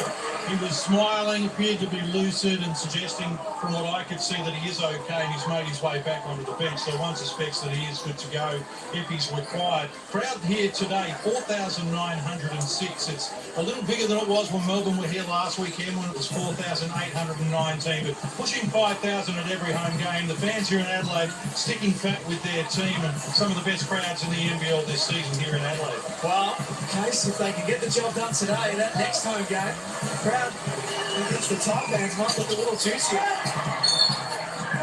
think they do have limitations in South Australia for venue capacity here as well. So we should never forget the world we're living in at the moment, should we? they'll probably be drawing a few more than that if it weren't further for that, if I am actually correct. I know it was a couple of weeks ago. I assume that things are still the same. The research has been impeccable today. I would like to go that you're wrong. Chul, they are. Bairstow is saying that he got nothing but ball. This might be worthy of a challenge right here. Big moment. Lead by 5. Might have been a push there, but we can't, or maybe you can, and that's a lot of ball. That angle. Yes, here we go. Not sure who's on the video review for the Adelaide 36ers. Someone behind there would have been quickly having a look at that to give CJ the advice of whether to challenge it or not. And the call was for Hands foul, was it? I believe so. Yes. Where are the angles that the replay centre are looking at? It's all ball upstairs. From that. Down that screen there, the main one. Down the court view. Here it is. It's Bairstow. Goes up. That's all ball. It's all ball. Now, on the basis that I think this is all ball, guaranteed, Almost certain. this will not be okay. Yes. Let's be honest. But CJ Bruton did hold on to his challenge earlier in the game. Remember, Top Withers was fervent in his desire to get an out of bounds call, I think it was, reviewed. CJ just kept that thing holstered, brought it out in this big moment. It's also not just the fact you might lose the call here, but it's lose the timeout as well. That's all ball. Just don't make growing confidence every time I see that replay.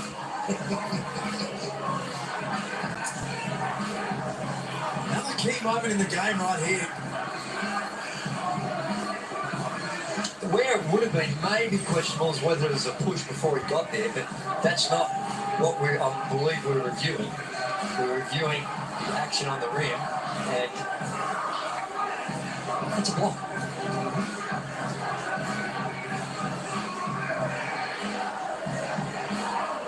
Sure why it's taking so long.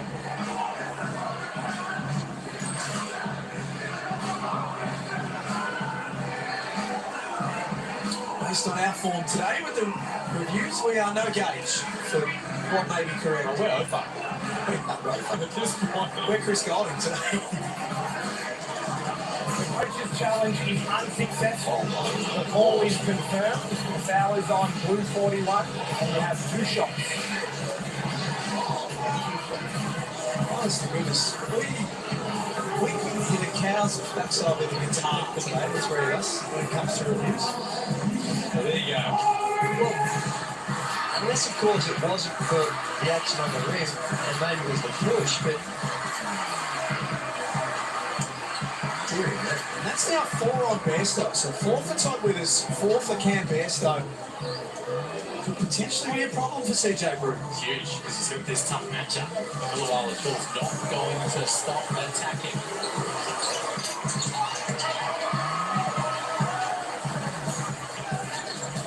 1-2 that trip to the free throw line. 16 points and 8 rebounds across the afternoon for one of the competition's premier big men this season. Johnson falling away on one. Fancy rebound by Bairstow. The 36 is another look at it. Shot clock at 6 for Duffelmeyer. He can see a path to the basket. It's tipped in by Bairstow. Good take from Duffelmeyer, correct. He's in the game in a big moment here in the fourth quarter and puts the pressure on the defense. The guard is on 4, doesn't want to foul, got the step, couldn't finish. But DJ there for the tip. Wallace trying to take over at the other end. Threw it up, made it work. pretty sure he wasn't intentionally trying to throw that one off the backboard, but just got it up there, just trying to draw the foul. That last challenge did cost him it. 0 timeouts left for the Adelaide 36ers after losing that challenge. Knocked down in the mid-range from Bairstow. 17 points and 11 rebounds today. Wallachul gave up the 3. Back out for Agata. He's clipped on the hand by McCarron. They're trying to be physical and make things tough defensively. Adelaide, McCarron just a little overzealous. You know, you can't question what they're doing on the 3-4 line because Melbourne United 1 of 19. But on that situation, you see what they're doing. The defense is in a drop situation and they're relying on getting over the top and trying to swipe from behind and take away the 3-ball that way. And like I said, it has been successful. But in these big moments like we have here, as you get closer to the finish line and it's getting tight, they're the ones where you sometimes have to change it just because of the context of the game. Not that necessarily your strategy has not been successful up to this point.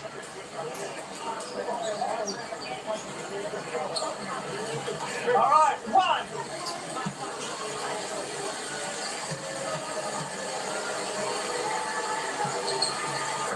Agata makes it a 3-point game. Hey, get over. They're still out of the game with those 4 fouls, so you can't imagine he's going to, I reckon 2 minutes. I reckon around the 4-minute mark is when CJ will be looking to bring Bairstow back into the contest. Same with Withers. Yeah, similar.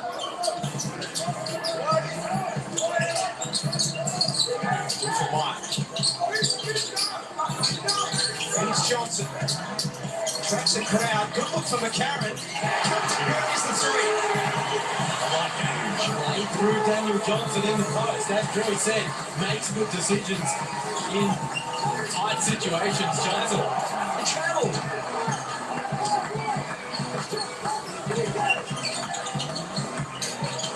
Well short with a hand in the face. 1 rebound lands in the hands of Daniel Johnson.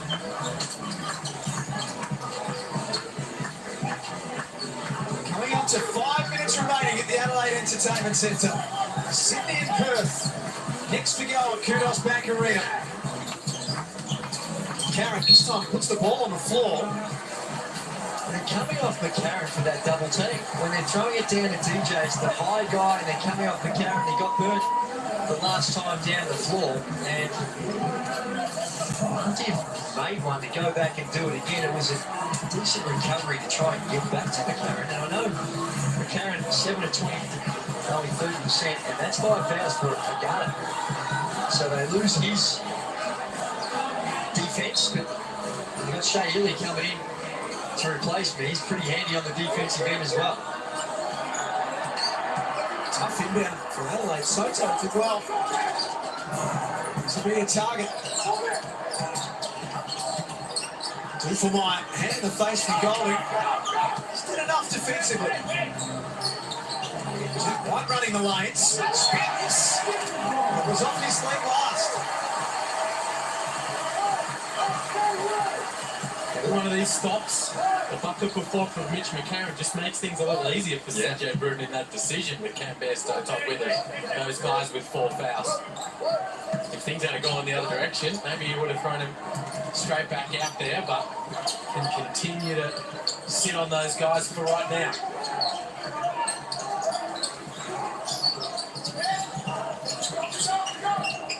Johnson saw Sotto. Had to fire with the right hand. It drops out. Good play, high-low action that they get through, get a good shot.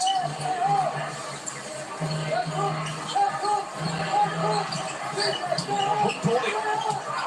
Guarded by Sotto. Couldn't finish. Melbourne knock it out of bounds. Adelaide get it back.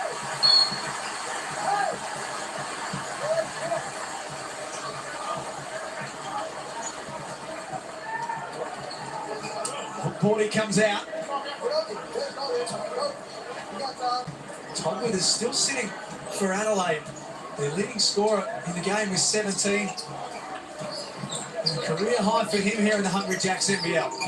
Bairstow getting ready to check back in.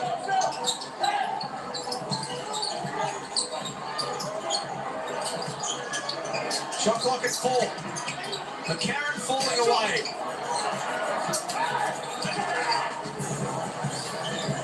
White, tired legs. Takes it up the floor for Melbourne. Dellavedova, 1-6 across the afternoon. Back at home.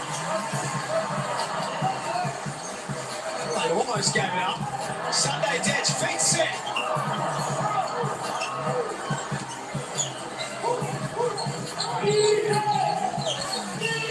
This game on a nice edge right now.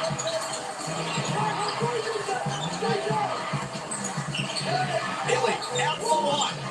Yes. Big huge. White has been massive in this second half. Crucial at the start of the third quarter, lifted the energy for Melbourne United. And that one, oh my goodness, they left it behind. He's Golding, and this is not what Adelaide need. Malala Chul crashed the offensive glass. Hard landing. He's going to be called for the foul. And you hear on this White 3. Did you hear CJ in the background? Stay at home, DJ. Stay at home, DJ. DJ can stay at home. And he came in there and helped out, and the kick out was there. And White knocks it down for a huge play. He's had such an influence on this team since his return from a season-ending Achilles injury last year. Timeout call with 2:37 remaining.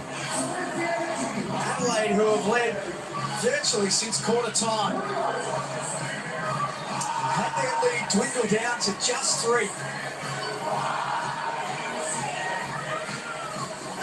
We're about to head into the Adelaide United timeout. His coach, CJ Bruton.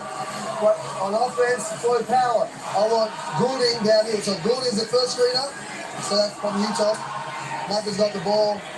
Again, like we did before. Dan, DJ, Todd, Sunday. So just jump there. As soon as you come down, just go straight to the block. Throw it to Bear. Get open. DJ. Down screen. Throw it.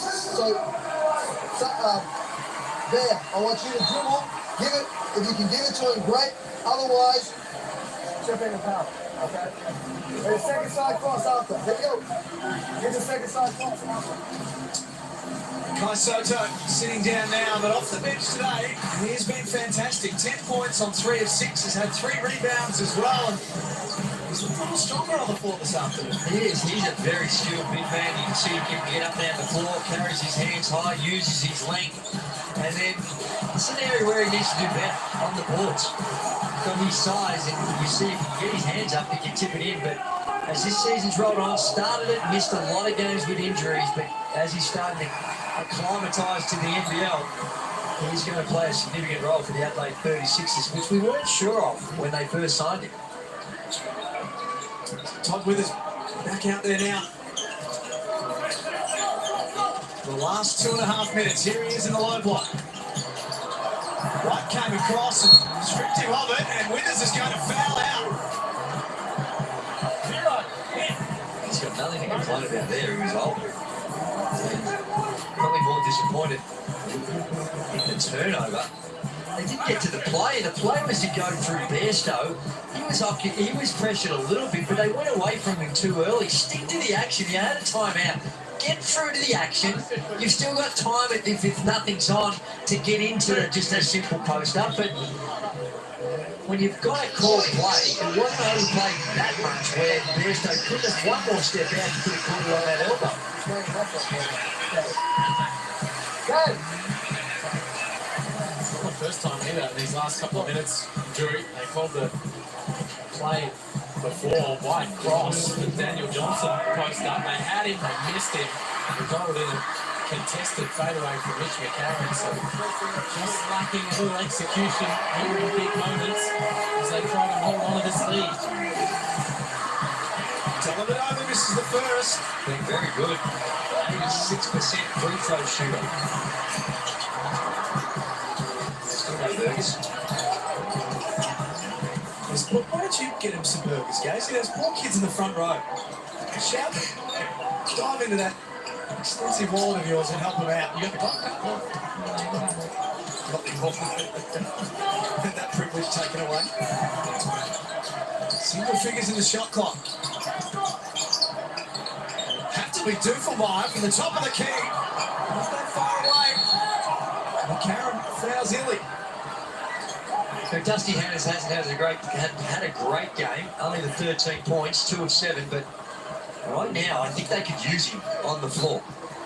He can create off the bounce, get to the rim, get to the free throw line, and decided they're not going with him. And I reckon that's primarily because it's about stops. A low-scoring game, not thinking you're going to outshoot your opponents. They've gone in a different direction. And Duffelmeyer, big moments in a big game.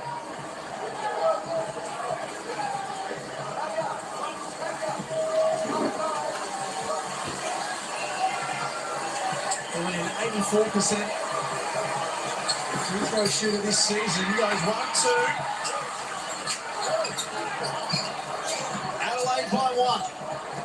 Inside 2 minutes remaining. The 36ers down the stretch, came up short on Friday. They can't finish that time, and a foul over the back is going to send Melbourne to the other end of the floor to shoot free throws. Third consecutive possession. Adelaide have fouled in the back court. Melbourne have walked their way to the free throw line. Now they've let them off the hook a little bit the last couple of times, but you don't need a foul. None of those 3 fouls were necessary in any way, shape or form. And Melbourne, they're not having to do anything special here to get opportunities to score. Yeah, you love the intent and the effort to do for a while, but he's never going to get there. The ball had been secured. And he had an effort to get that second shot, just over-committed on that rebound contest. Wildachul ties it up at 70.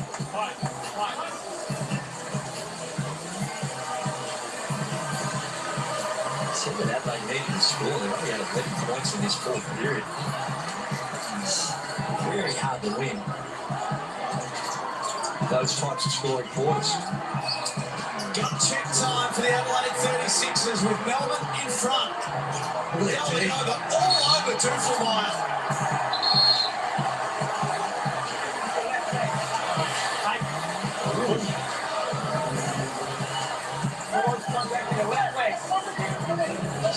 worth it because they're not in the bonus. This is just elite on-ball defending. Keeps his hands out. Gee, I'm not sure where there was a foul. That's just unbelievable determination by Matthew Dellavedova. The Karen fires away. That doesn't go. Bairstow on the wall and she'll wrestle for it. Melbourne come up with the ball. As we tick down to a minute remaining. United looking to make it 9 wins in a row. Have been behind for most of the game. Illy for 3. Massive hit. Only their third three-point field goal made for the game. 3 of 23, and when they needed it most, they come up with it. Johnson underneath. Had position. Misses. Come on. They are watching this game slip through their fingers. Good effort there. Good job, Adelaide, not putting your hands in it. Going. Go on to the middle, right marginal. The contact. Hey.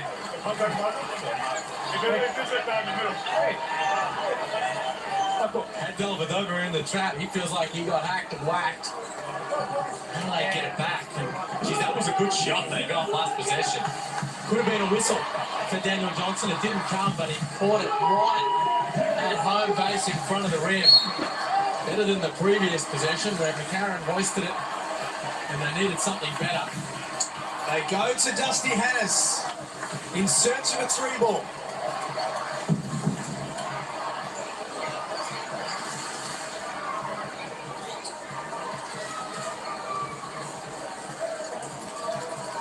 Adelaide have scored Melbourne, I should say, have scored the last 10 points in the game. The results seem all but taken care of.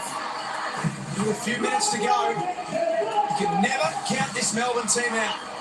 Now, once again, tuned it up defensively in this fourth quarter to wrestle control. If you're Adelaide here, no need to force something up from long range. No, plenty of time. When you get something good at the rim, go ahead and take it.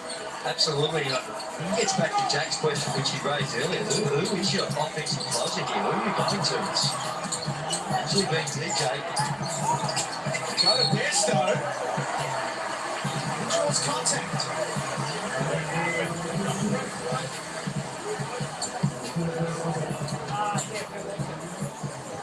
Bairstow, a 75% shooter this season. From the free throw line. Oh, lovely man. Oh, Jewel. Like he got it pretty clean. Got to clean up top. They called the body foul underneath. Big free throws for Bairstow. They'll be extending the defense, trying to get a turnover in the backcourt. If not, they're going to have to play the foul game in the half court with only 23 seconds remaining. This is history repeating, Liam, from Friday night. Let's see if they learn from the mistakes. Misses the second. Tipping doesn't go either. That's knocked out of bounds. The call is last touch by Melbourne. They'll send it for review. Last 2 minutes of the fourth quarter. Officials doesn't need to be a challenge. The call on the floor is blue ball. They caught it off Melbourne United. Sunday bench, great effort, kept the ball alive. Didn't quite secure it, but then he got his hands in. Well, they're hoping that he's hit it, and then we've just seen him try to lunge at it, the offense that is, and it's come off Melbourne United. That's what Adelaide 36ers are hoping for, what the official saw. Wait, we'll tell you when we're starting. Yeah. I got nothing. I said I'll tell them when we're starting. This one here, the Adelaide should be huddling up, assuming they're going to get it, figure out what they're going to do. Can't tell. It's hard to tell from that angle. Here it is there. Well, from that angle, it's like Tench just hit it out. Which is a good sign if you're a 36ers fan, because we are over our lives on this. We're over Sunday. We got it completely wrong. Now, the only thing is there anything in that particular angle where it's conclusive? Oh, did come off Jack White, left finger. left finger, the little deflection. Left deflection. The left finger of Jack White. Come on now. And it's a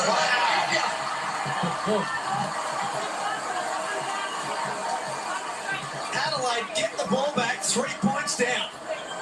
inconclusive vision, as we thought, is the official determination. Again, Adelaide, time to work with here. Don't have to force it up from long range. Can get some good close. Who should it be? Take it. I'd go to DJ. Down 3.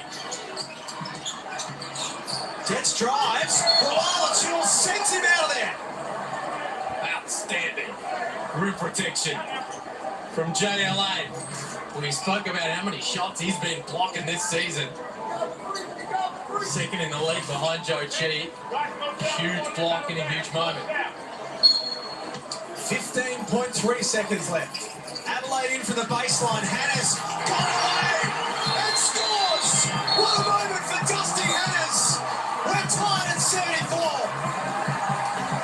Huge by Dusty Hannah's. Shows the self-belief in this man. Hasn't had a good one. He was 2 of 7 before that. And there is a time out, I believe, so Melbourne United will advance the ball. High drama at the Adelaide Entertainment Centre. Huge play by Dusty Hannah's, well executed as well. Fading away in the corner, knocks it down. And this is a guy that hasn't really done too much. Here he is coming off that. Matthew Dellavedova does a great job trying to fight over. Not much more Matthew Dellavedova can do. And that's just an outstanding shot. Not upset with Dellavedova getting knocked to the floor after the fact. I don't think DJ did much wrong. When you call for it, Drew, you call for Dusty Hannah's to come back into the game in these crucial situations. CJ, great decision. That man out there. Looks like a genius now. Doesn't he what?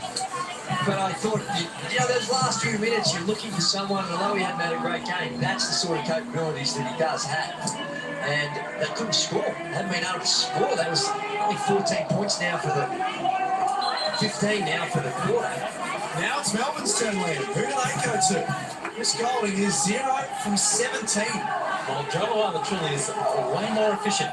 0 of 17, we've got to clarify that. From his last time he's made a basket. Gotcha. 0 for 10 tonight. But I would be going to Joe too. You don't need something from the perimeter right now. Melbourne, Adelaide over the foul limit as well. He's got 20 points. He's the game-leading scorer. They've had a tough time handling him, and you've got time to find him in a good position. Looking for 9 in a row. Melbourne advance the ball. And Nina scored to take the lead back. Dellavedova, head down to the basket. Can't bank it home.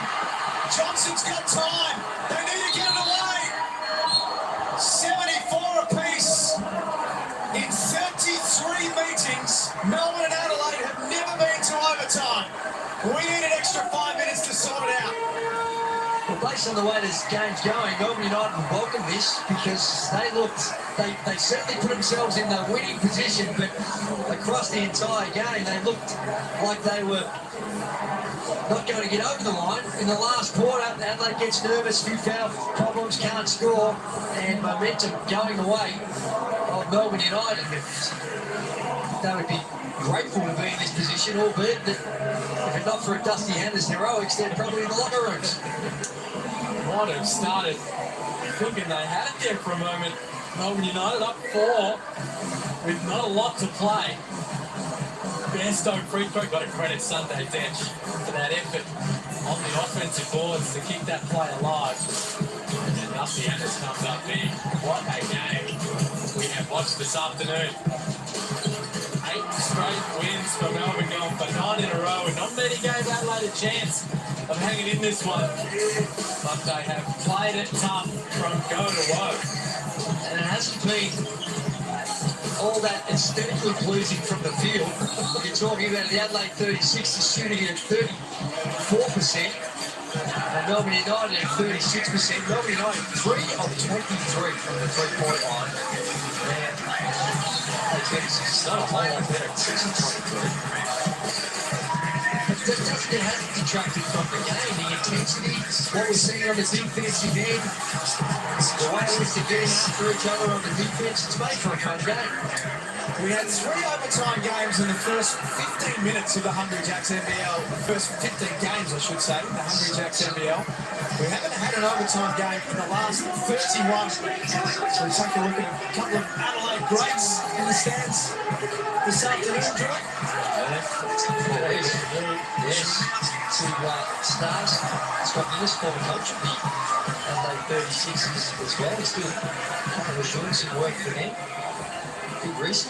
Talk about a man that can shine glass. Poor Reese. He was not blessed with great athleticism, but gee, was he the ultimate role player in that type of Warren Diddy style where he knew what he could do, playing a long field smart with the people that he had around him, and the way in which that they were able to get the best out of him. Let's not forget his time with the Giants as well. Big Reese, of course. There you go. Played for the Australian team at a World Championship too. Reese. We begin the 4th overtime game of the season. How's that for a start for Melbourne? Well, that's the man to be on to. Spoke about it at the end of regulation.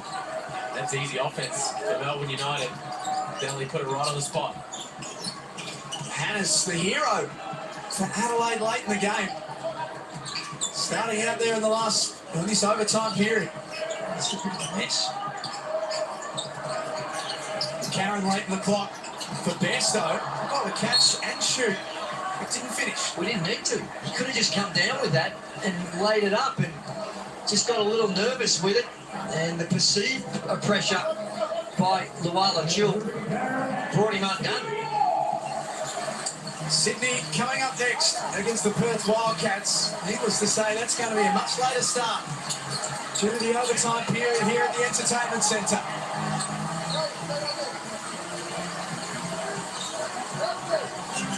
Delhi for 3. Oh, good. That'll be a jump ball.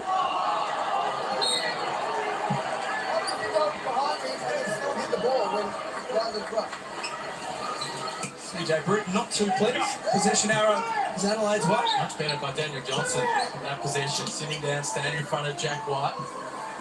Taking that away.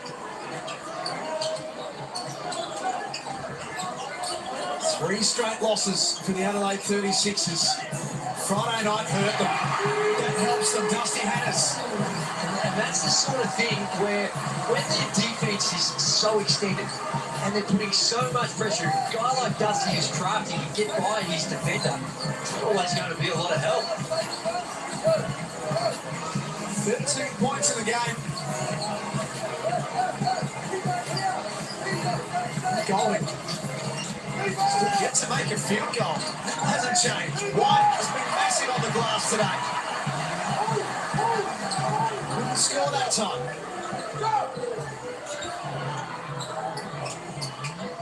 Karen into the corner. Detch corner pocket 3. Sunday Detch, the boys in the corner there. The shot fake. Really did a good job to contest after losing his position. Detch going up to knock it in. Adelaide back in front. Luala Chill misses. Both these teams from talent. Fatigue really kicking in. Karen combines with Bairstow. Back at home. Johnson, offensive rebound. Points are going to kill.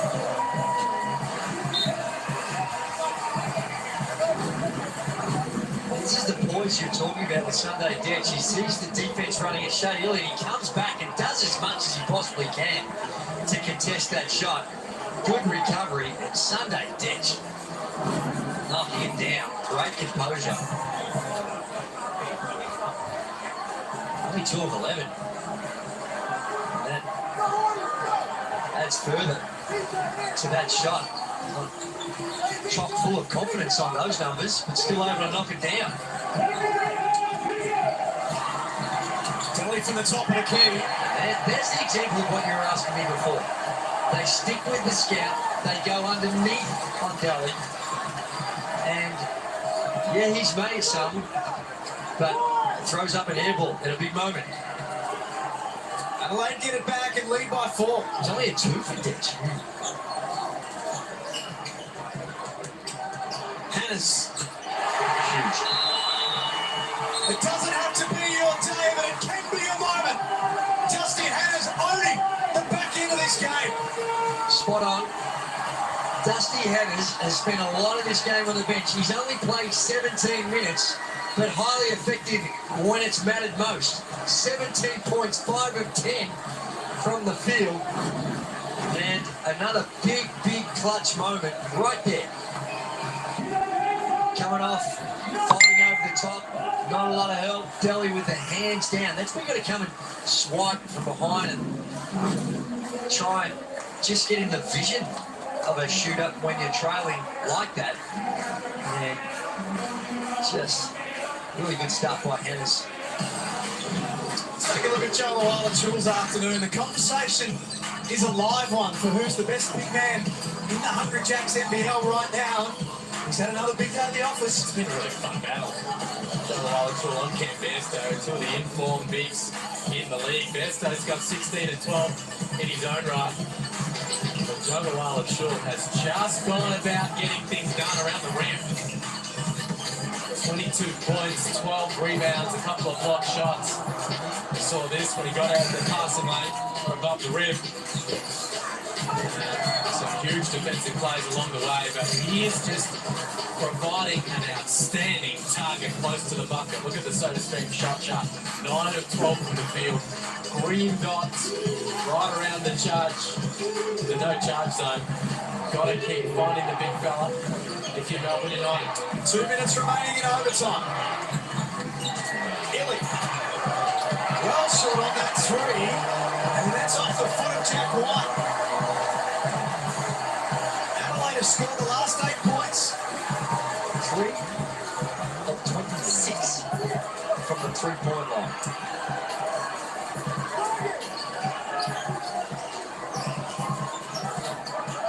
Hannah's guarded by Dellavedova. It's past him. Floater for the elbow. We say, hey, play me, coach. Big moves, big results, Dusty. Rebound Soto. Now Melbourne have got a problem. Loose ball. Dellavedova scraps after it. Wins it back for Melbourne. Lawala-Chul. Into Soto, restored for a block. This turnover there, Buchanan just keeping the board sharp for Melbourne United. Up 8, minute and a half just to close that thing. With a score down the other end, but they cough it up.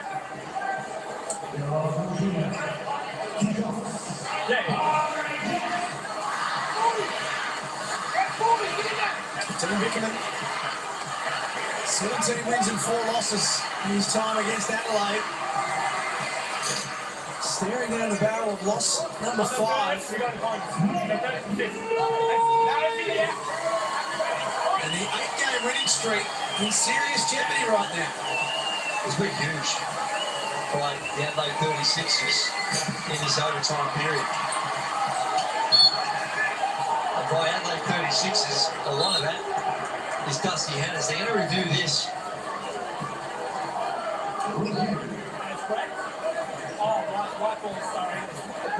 Todd Wiggers is fouled out for Adelaide. Caleb Agata out for Melbourne.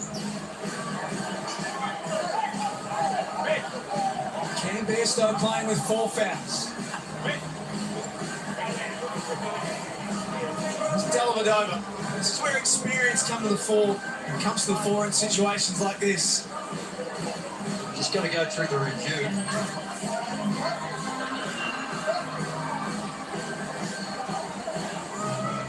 Soto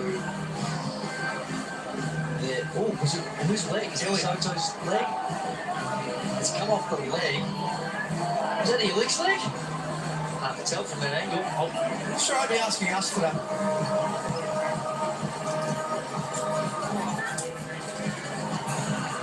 sure there's enough evidence. Is there enough evidence to overrule? Ellie's cooked in that lead. Original call was a Melbourne ball. Ellie's maybe his fear as well. So Melbourne, yeah.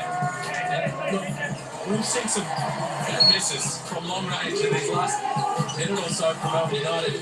Got to continue to play. Oh my God, I was going to say through JLA, and Shea Ellie just knocks one down. My goodness, 4-point game.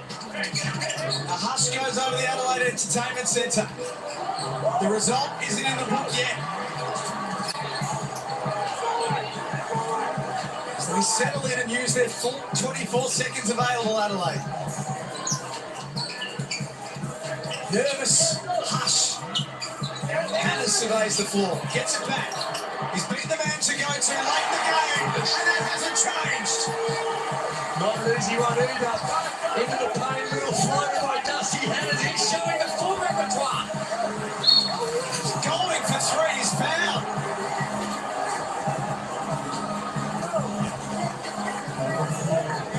No reviews left for Adelaide, so 3 free throws coming for Chris Golding. Really? James Will's been an expert review in OT. Something he can throw up. How clutch is that man being? Huge. Wow. The triple at the end of regulation and coming up big in OT time and again.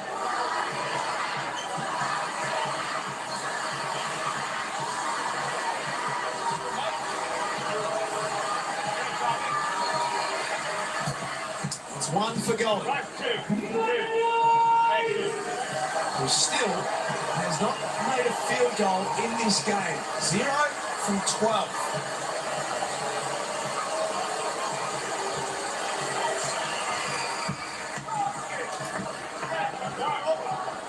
John Weiler-Chul, by the way, equal career high today of 23 points.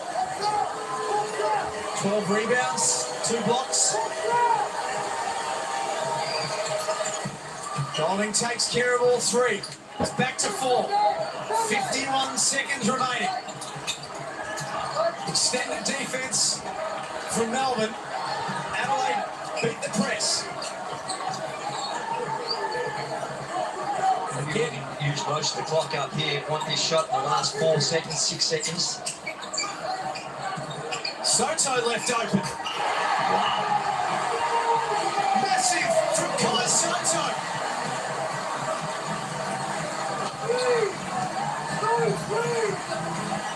Fans on their feet. They can sense that victory's close. Detch all up and in on Golding. He doesn't make it. Johnson foul. 17 seconds left. It's a 5-point lead with free throws to come. Oh, this is sensational stuff for Adelaide. Those passionate 36ers fans in that building and watching on from home. Dusty Hannah's, as we mentioned, has been massive in overtime and ascended into the extra period. And then Kai Soto, the teenager, doesn't hesitate, grabs his moment, extends the margin to 5. Apologies, they had it fouled again, Melbourne. Golding. Now they can wind the time down. They need to get it beyond halfway, and they do. Soto winds it down. It's the upset of the season.